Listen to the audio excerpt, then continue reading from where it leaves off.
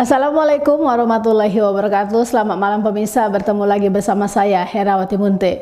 Pemirsa, beberapa menit ke depan kami akan menyampaikan informasi berita-berita terkini dari Kabupaten Kota Provinsi Sumatera Utara dan isu-isu yang lagi tren di tengah masyarakat. Masih dalam program 7 Inspirasi untuk Anak Negeri.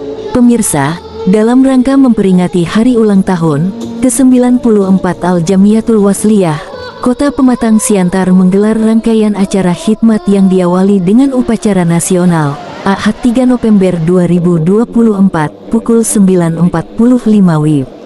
Acara dimulai dengan menyanyikan mars dan himne Al-Jamiatul Wasliyah yang menggema dengan semangat di tengah para hadirin. Acara pembukaan turut diisi dengan pembacaan ayat-ayat suci Al-Quran oleh Ustadz Rudi Hartono, disusul dengan laporan dari pihak panitia yang disampaikan oleh Kemas Edi Junaidi, yang akrab disapa Babe. Dia melaporkan perkembangan dan pencapaian organisasi selama tahun terakhir, sekaligus ucapan terima kasih kepada ribuan jemaah yang hadir, terkhusus jemaah Al-Wasliyah serta organ bagian yang ikut berperan dalam suksesnya acara Tablik Akbar. Kemas juga menyampaikan pada acara kali ini pemberian tali asih kepada 66 bilal mayit, serta pemberian sertifikat penghargaan kepada 15 kader Al-Wasliyah yang memiliki dedikasi tinggi dalam mengembangkan organisasi.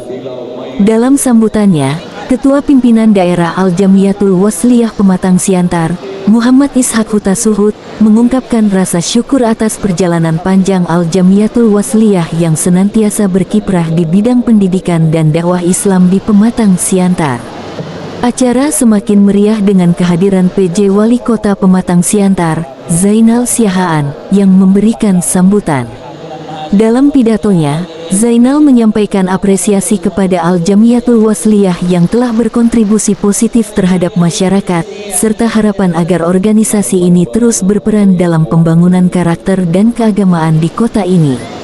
Ketua Pimpinan Wilayah Al-Jamiatul Wasliyah Sumatera Utara, Dedi Iskandar Batubara, juga hadir untuk memberikan sambutannya. Ia menegaskan pentingnya menjaga semangat kebersamaan dan saling mendukung di antara sesama umat Islam.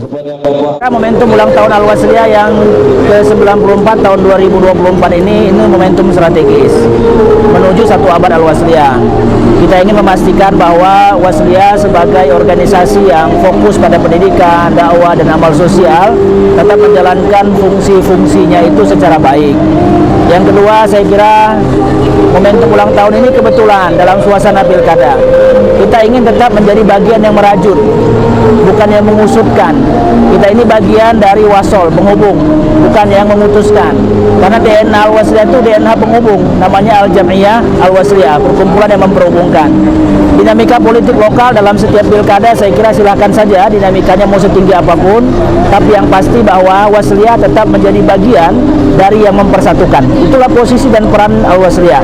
Saya meyakini bahwa kader Wasliyah banyak sekali yang ikut berkontestasi, baik sebagai calon maupun sebagai penyelenggara.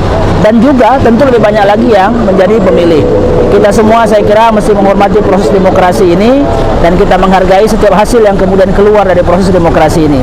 Insya Allah Wasliyah tetap akan menjadi bagian dari yang memperhubungkan di antara semua kelompok yang ada.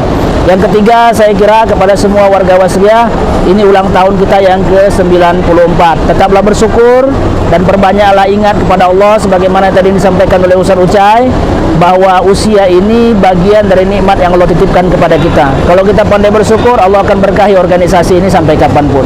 Saya kira itu.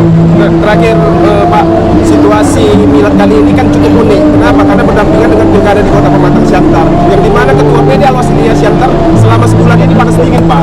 Kira-kira bisa nggak berikan pesan khusus kepada seluruh kader ataupun anggota-anggota Al-Wasliyah dalam momentum pilkada kali ini? Pertama, urusan dukung-mendukung di anggaran dasar anggaran rumah tangga Al-Wasliyah diatur sedemikian rupa. Ada namanya forum rapat pimpinan daerah, dan saya kira Al-Wasliyah Siantar sudah melakukan kewenangan itu.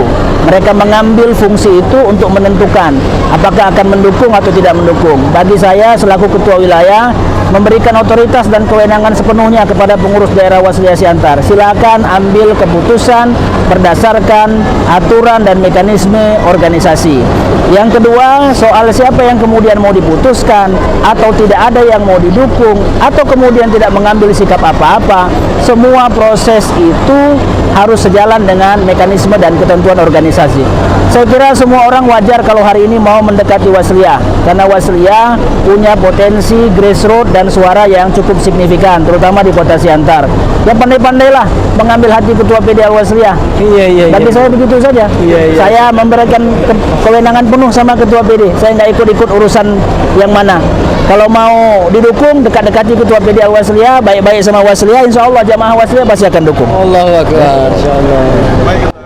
Puncak acara diwarnai dengan tablik akbar yang diisi oleh Al-Ustadz Anugrah Cahyadi, yang lebih dikenal dengan panggilan Ustadz Ucai.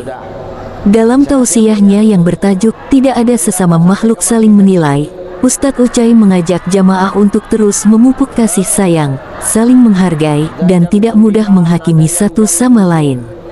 Rangkaian acara ini menjadi penanda keberlanjutan Al-Jamiyatul Wasliyah sebagai organisasi yang kokoh dan berpengaruh di kota Pematang Siantar, mempertegas peran pentingnya dalam menjaga dan memajukan nilai-nilai Islam di tengah masyarakat.